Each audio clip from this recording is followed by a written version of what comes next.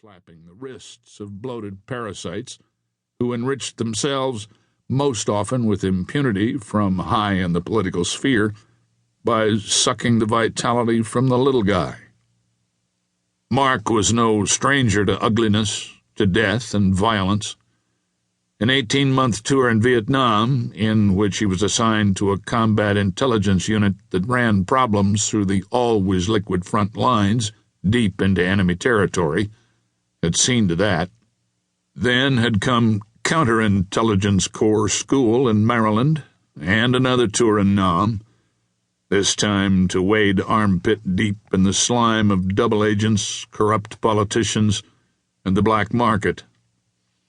The beating, which had left him broken in body and spirit, was administered in an empty Saigon warehouse at the hands of some of the rotten apples in the Army's otherwise fresh and wholesome barrel.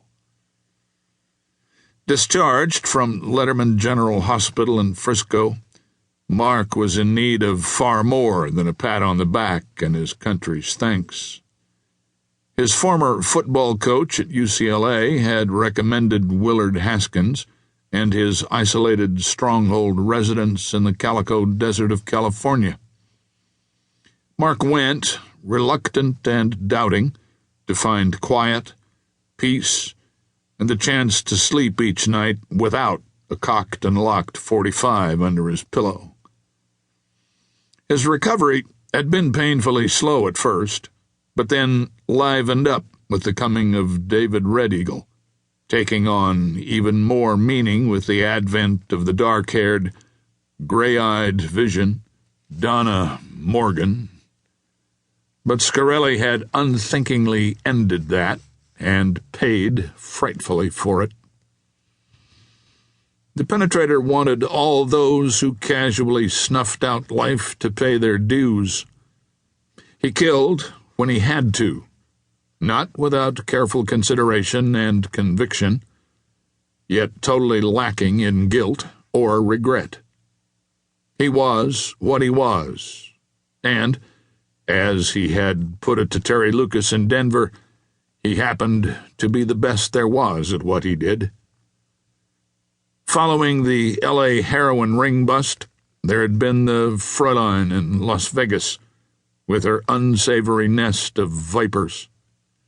It was a fitting simile, the Penetrator thought, considering what had happened to her. Then he was on the move across the country. In Washington, D.C., he annihilated the Société Internationale d'Élite, an elitist one-worlder cabal with visions of themselves, naturally, on top, and the rest of us grubbing around below, serving them. The Penetrator then moved on to New York to bring a fistful of white lightning down on a black militant group that held Gotham hostage in the world's biggest hijacking. But he was picking up scars, both physical and mental. The realization that it couldn't last, that he would make the wrong turn into the wrong alley at the right time, and meet his maker in a blast of burning powder and zinging lead, traveled with him as he took his juggernaut to New Orleans. But a Cuban plot to flood the country with counterfeit money and wreck the nation's economy was canned up along with the shrimp soup in Marcel Boucher's floating factory. After that, the names, faces, and places began to blur, one dissolving into the other.